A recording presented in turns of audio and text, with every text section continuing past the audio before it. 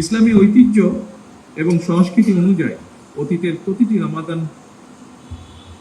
প্রতিদিনই আমরা বিভিন্ন শ্রেণী পেশার মানুষের জন্য ইফতারের আয়োজন করেছি। আলেম ওলেমা মাশায়েখ এবং ইতিমদের সম্মানে আমরা সাধারণত পবিত্র রমাদানের প্রথম দিনে ইফতার মাহফিলের আয়োজন করে থাকি। তবে দেশের বর্তমান বাস্তবতায় এবং একই সাথে সমগ্র বিশ্বের বাস্তবতায় এবার আমাদেরকে একটু দেরি করেই আপনাদের সঙ্গে ইফতারের আয়োজন করতে হয়েছে।